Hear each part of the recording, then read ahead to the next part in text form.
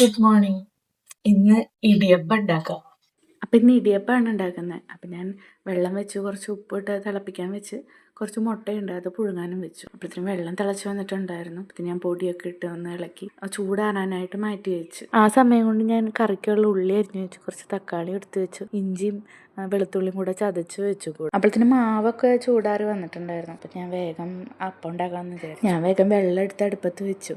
ഇന്ന് ഈ വലിയ തട്ടിലാണ് ഇടിയപ്പം ഉണ്ടാക്കുന്നത്. കാരണം വലിയ തട്ടായതുകൊണ്ട് തന്നെ നമുക്ക് വലിയ അപ്പമായിരിക്കും കിട്ടുക. അപ്പോൾ ഒരു 3-4 ഉണ്ടാക്കിയാൽ തന്നെ ഞങ്ങൾക്ക് 3 പേർക്കും അത് മതി.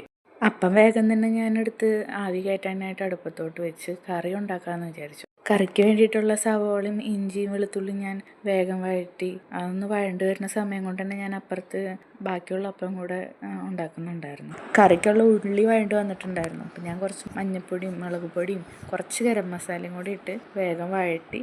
അതിൻ്റെ പച്ചമണം മാറി വന്നപ്പോഴത്തേക്കും ഞാൻ 2 തക്കാളി ഉണ്ടായിരുന്നു, അതെടുത്ത് അരിഞ്ഞിട്ടു.